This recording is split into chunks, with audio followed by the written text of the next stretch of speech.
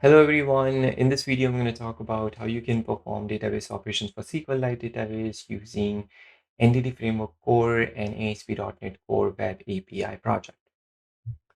For this demo, we are going to use Northwind database. I'll show where you can get this database in a moment here. But we are going to use this database to perform CRUD operations on this product table. We're also going to call a view from our ASP.NET Core Web API project and show the data in JSON format. We are also going to load some related data because SQLite is relational database management system and show the data in JSON format. So to get this database, you can go to my repo, which is ef code all databases considered. We also have some demos for MySQL and SQL Server. You can also watch the YouTube videos, which are in the video description. But if you want to get the database for SQLite, you can click on the SQLite folder, and then there is this database folder where you can get this northwind.sqlite file. I like SQLite file because you don't really need to install anything on your machine. You can just directly use this file. It's pretty easy to move this file, but I wouldn't use this file if you're storing any sensitive information because it doesn't really have any security to secure your data. So if you're using any authentication related data, don't use SQLite, use something else. But SQLite is pretty easy to get started with if you have some project ideas. So let's try to load this in our DB viewer. DB viewer is one of the SQLite explorers. I'm going to use that, but you can use any other SQLite explorer. I'm going to create a connection here, which is going to show a wizard to add SQLite connection. I'm going to select SQLite, click on next, and then we will browse that file that we just saw. So I'm going to select that file and click on finish. And then you can see the tables and the views which are in this database. This database also has some data. If I click on view table, then you'll see the data associated with this product table. We also have a view. If I click on view, then it will show the data which is in that for view. Okay, so let's try to get this data in JSON format using ASP.NET Core. For that, I'm gonna open Visual Studio 2022 and then create a new project. And here in the templates, I'm gonna try and look up for Web API.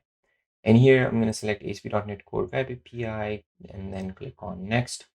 And let's give a nice name, which is going to be Northwind.SQLite. And I'm gonna keep this project in the same folder, SQLite folder, so that you can, compare your code with my code if you're practicing with me. Then I'm gonna click on next. Here, I'm not gonna change anything. I'm gonna keep .NET 6, which is latest at this moment, and I'm not gonna change anything in this section. And then I'm gonna click on create. This is going to create a template which is going to show weather forecast for the next 5 days. Let's run this template and see how that looks. So when I click on this play button, then it's going to build the project and then open a web browser, which is going to show weather forecast for the next 5 days in JSON format. It shows a nice UI because Swagger comes out of the box for these project templates, and you can see this weather forecast in a nice UI. So if I click on execute, you'll see random weather forecast for the next 5 days in JSON format. So let's go ahead and check out the project structure. Like any other ASP.NET Core project, this project also starts with program.cs, where we are creating a web application. We are using a builder to first add some services. Swagger is one of them. And then I'm using, well, the project template is using builder.build method to create an app. And then we're using that app to configure the application and finally run the application. And then we have this weather forecast entity, which is helping us show the data in our JSON format. And then we have a controller, which is creating a web API to show random weather forecast for the next 5 days in JSON format. So let's go ahead and use this project to show our SQLite data in JSON format. So for that, I'm going to use some commands which are in the same GitHub repo. You can get those commands from the steps text file, and I have opened that text file here. So first thing that we need to do is to add connection string in our app settings. So the connection string is this data source and database SQLite. This is literally the path of the SQLite. This is a relative path, but you can put full path if you would like. This is the relative path from the project. So I'm going to grab this connection string and go to my Visual Studio. Here, I'm going to add a connection string in ASP.NET, this app settings.json file. Here, I'm going to add a connection string, which is going to be NorthwindDB. And the connection string is going to be data source database Northwind SQLite file that we just looked at. Now that we have the connection string, we can run some commands to scaffold this database and create entities and dbcontext. For that, I'm gonna follow these commands like I mentioned. So the first three commands are going to install some packages. The first package is Microsoft.EntityFrameworkCore.Design, which is going to help us scaffold the database. The second one is Microsoft.EntityFrameworkCore.Sqlite, which is going to help us connect to database. And the third one is Microsoft.AspNet Core.Mvc.NewtonsoftJson, which is going to help us load related data. So let's install these packages. So I'm going to copy these commands and then right click on my project and open terminal, which is going to open a PowerShell window in my Visual Studio. And here I'm going to paste those commands to add those packages for my project. Once I have these packages, I can go to the project file and make sure that they have there. So you can see these packages getting referenced in my project file. Now that we have packages, we are going to install a tool which is going to help us scaffold our database. The tool is dotnet-ef. So if I look at these commands again, you can see that we're installing a tool, which is dotnet-ef. If you do not have this tool, you can use this .NET tool install global .NET-ef command to install the tool. I already have it. It's going to show that, I already have this tool, but if you do not have it, you can run this command to install that tool for you. If you already have it, make sure that you're installing the latest version. You can, install or update the latest version by running this command, which is .NET tool update global .NET-ef. I'm going to copy that and paste it here. And it's going to just reinstall the tool to make sure that I have the latest stable version. Now that we have the tool, let's run a command which is going to help us scaffold the database. And when I say scaffold the database, that means it's going to connect to the database and it's going to create models or entities for the tables which are there in the database. And it's also going to create a dbcontext file, which is going to help us create that relationship between the models and the database tables which are there in the database. So let's break down this command. The command goes like this. This is going to use the tool that we just installed, which is .NET-ef. And we are asking it to create a DB context, and the DB context could get scaffolded from this name NorthwindDB. And this is the same thing that we just added in our app setting. So if you open this app setting, this is the same name that you should use to scaffold your database. And the provider that we are going to use is the same package that we just installed, which is Microsoft Entity Framework Core SQLite. And then I'm passing some parameters to make my solution look nicer. So the output directory for the models is going to be models. The output directory for my context file is going to be data. The namespace for my models is going to be Northwind models. The namespace for my context file is going to be Northwind data. And the context name, the name of the context file is going to be Northwind context. And we are going to run this forcefully. That means it's going to override all the files if they're already there. So if you change anything in your database schema, you can still run this command to update your models. And then the final parameter is going to be no on configuring, because we are going to configure our connection by ourselves.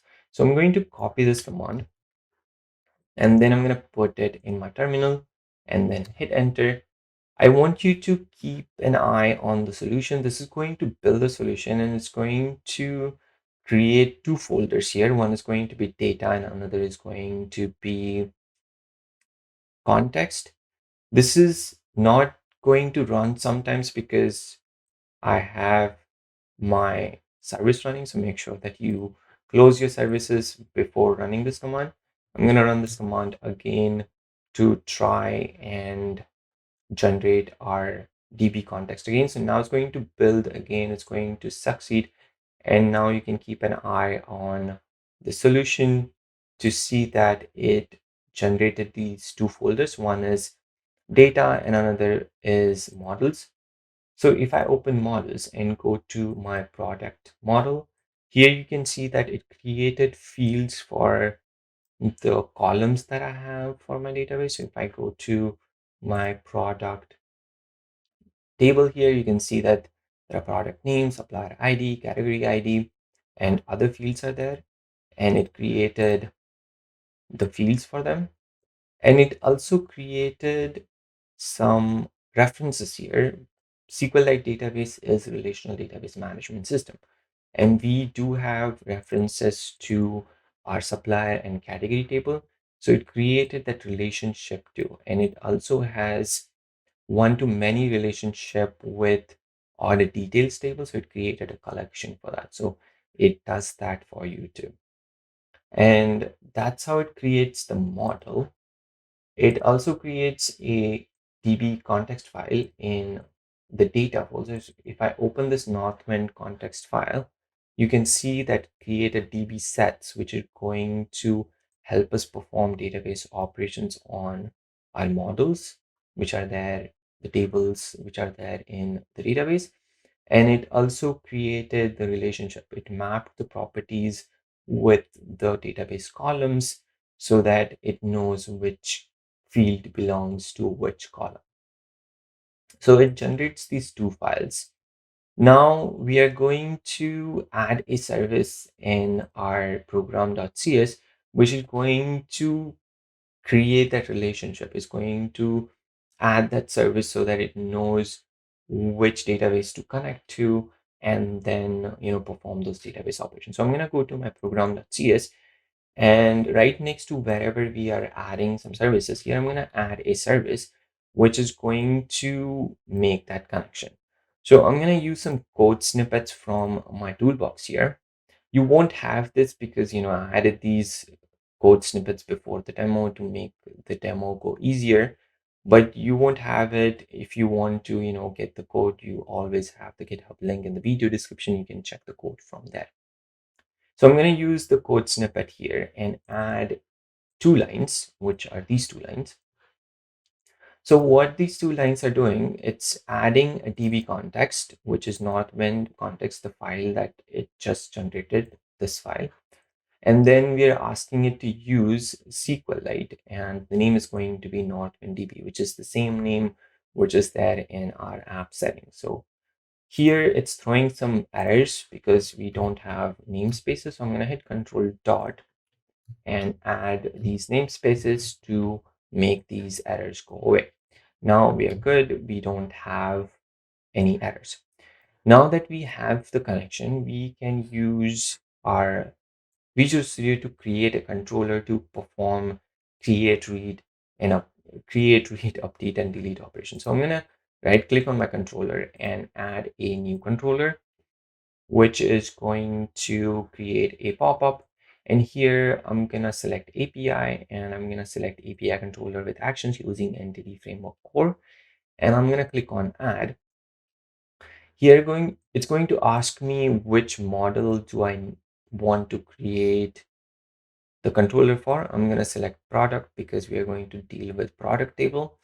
And it's going to ask us the DB context, which is going to be Northwind context. And the name of the controller is going to be products controller. And once I click on add, it's going to install some packages, which is going to use for creating this controller. It's going to connect to the database, and it's going to check out, what is the primary key of the table. And it's going to use all those details to create a controller, which is going to help us perform create, read, update, and delete operations. It takes some time to generate the code, but it will eventually generate the code which we are going to use to perform these operations. So it generated a controller. I will, explain what these methods are doing, but let's first run this and see how it looks. For that, I'm going to click on this play button again. It's going to build the project, and it's going to show those web APIs right away here. So this is how easy it is to, get started with SQLite and, get these CRUD operations in web API. So if I want to get all the products, I'm going to click on this get products and click on execute. It's going to connect to the database, and it's going to get all the products in JSON format. You can see these products here, which are the same products that you see here.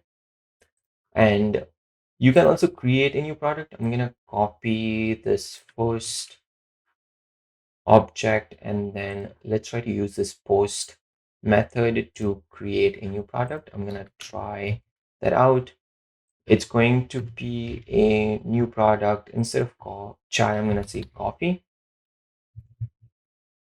And then I'm going to execute, which is going to create a new product in my system. You can see that it was a success and it created a new product. Let's try to look it up by calling this get method. I'm gonna put that ID in here and then try and execute it. And you can see that we are able to get that coffee in JSON format. You can see that in your DB viewer too. If I refresh this data and go down here, you can see that coffee here at the end of the table.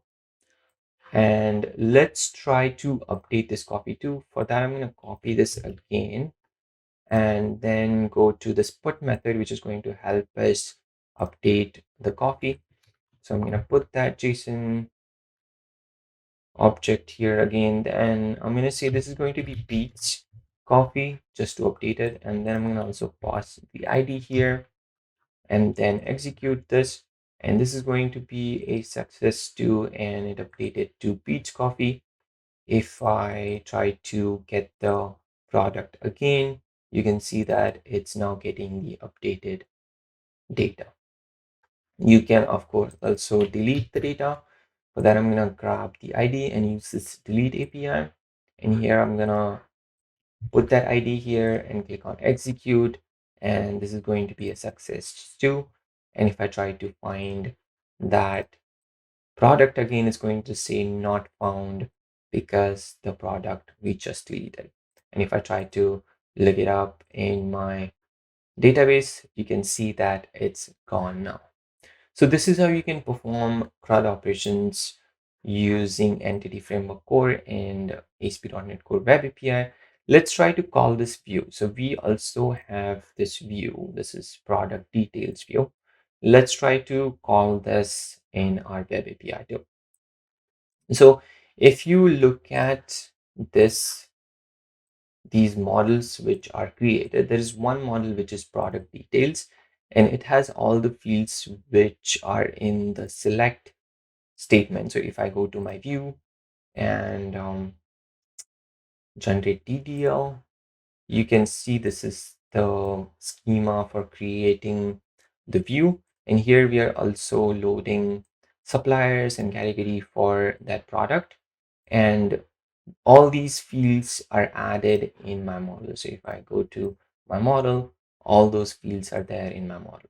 So if you want to call a view, you can go to your controller, and here we are going to add a web API.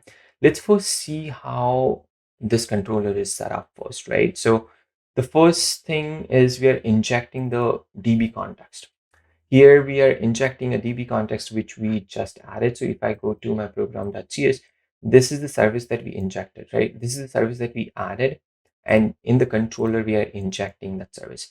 And we're using that context to perform all the operations that we just executed. So the first one is to get all the products. I'm using the context and then the products, which is a DB set to get all the products. We are also getting a product by its ID. So I'm using find async API to get a particular product from that DB set and then returning that product. And then we have HTTP put method to update the product, where I'm passing the product to be updated and the ID of it. And then I'm using the state, I'm setting the state to modify it, then calling this save changes async method to update that product. And then we have HTTP post, which is creating a new product. It's taking a new product and adding that into a DB set. And then we are calling this context method to this save changes async method to add that product into my database. And then finally, we have this delete method, which is taking the ID. We're finding that product and then calling remove method and passing that product to be removed in our DB context, and then calling save changes async to actually delete that product. So this is how we are performing all the CRUD operations. Now let's go ahead and call this view. For that, I'm gonna again use a code snippet, which is pretty simple. It's just one line of code, but I'm gonna use this code snippet, which is loading from view. This is HTTP get method where I'm calling get product details, which is the same name for my view. Here I'm using the model which was created by my that db context scaffold command, and then I'm just calling to list async. So this is how easy it is to call a view. You use the db set. So this is the model, product details model, and if I go to my db context, it has that db set, this product details db set, and then I'm using that db set and calling to list async to get the data from my view. Let's run this and see if that works or not. So for that, I'm going to click on this play button again and go back to my browser. It'll add this get web API, and here I'm gonna just click on execute to get the data from my view. So you can see that it's loading the category name, category description, supplier name, supplier region, which is part of our view. So this is how you can call a view from your ASP.NET Core project. Now, finally, I'm gonna try and load related data. And so if I go to my SQL script, I have a script which is going to show how you can load related data. So here I am inner joining my product table with order details so that we could get some details for that order details for that product. And I'm using product ID 14, which is tofu. So I'm going to run this query to, I'm going to select the database for this query and run this query to get order details for my tofu product. And this is related data, and I would like to get this data in JSON format. So first thing that you need to do is you need to add a service in your program.cs. So if you go to your program.cs, right next to wherever we added this db context, I'm going to add a line which is going to add the Newtonsoft service. So If I go back to my steps here, we added this package. Now we're going to use this package to load related data. So to load related data, we need to make sure that the reference loop handling is ignored. And that's the reason why I'm adding this package, adding the service. And once we have these two lines, then we should be able to get the related data in JSON format. I just hit control dot to get the namespace for this reference looping. And then we are adding a service, which is builder.services, add MVC, and add NewtonsoftJson. Now that we have the service, I'm going to add some code to load related data. We're going to use Entity Framework Core to load related data. Here, the name of the web API is get product order details. It's HTTP get method. It's taking product ID as a parameter. And here I'm using the DB set, and then I'm going to use include method to get the order details. So if you look at the model that we created, if I go to product here, it created this collection, order details collection. So we are going to use this to get the related data. This is one-to-many relationship, but if you want to get one-to-one relationship, you can do that too. So to do that, I'm going to use context dbset and then include method where we are including order details that we just looked at. And you can use link methods here. I'm using this where method to pass the product ID for which I would like to get the order details. And then finally, I'm calling to list async to get the related data. Let's run this and see if we can load related data or not. For that, I'm going to click on the play button again. And then I'm gonna come back to my browser. And here, if I try to call this web API, I'm gonna pass 14 as the product ID, the parameter, which is for tofu. And if I click on execute, then it's going to load the tofu product and also the related data, which is order details for tofu. It's getting loaded in here. So this is how you can perform CRUD operations, call a view, or load related data from SQLite. If you have any questions, you can reach out to me on my Twitter or Facebook account, or you can ask those questions in the comment section below. Thank you so much for watching this video. I'll see you in the next one. Bye.